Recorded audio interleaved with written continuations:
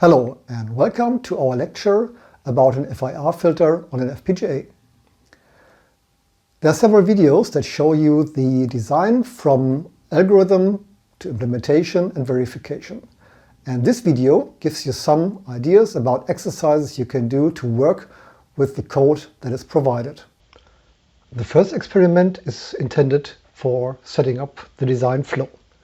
So you install the design software on your computer, download all the source files and perform simulation and synthesis. You can also upload the result on the remote lab and check if the experiment is working.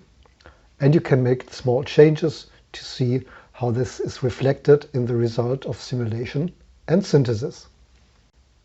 Another experiment is implementing a switch for the sharpness improvement. That's a relatively easy experiment.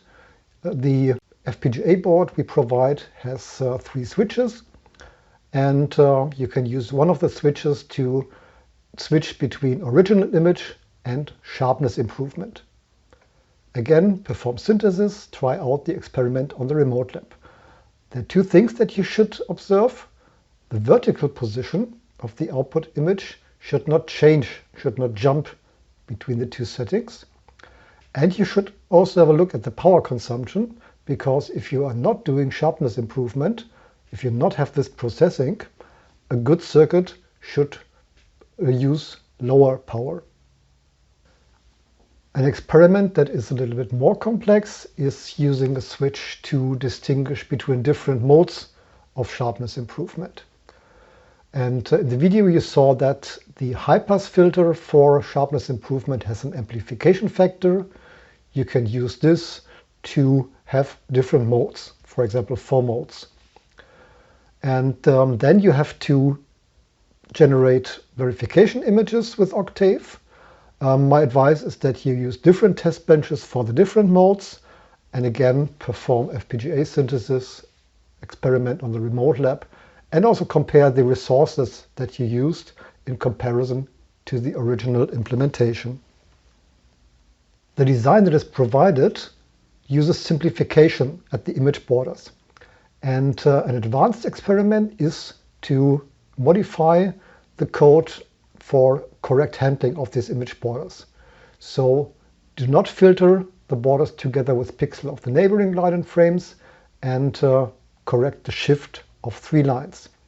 You can check how Octave handles the filtering at the image borders. There are different options, and my advice is that you check which option is the best for hardware implementation, and then you can implement that. If you want to have a look into signal processing, then you can change the filter coefficients and modify the number of taps or the cutoff frequency in the Octave function, or you can have a look at the literature to find what other filter functions are proposed there.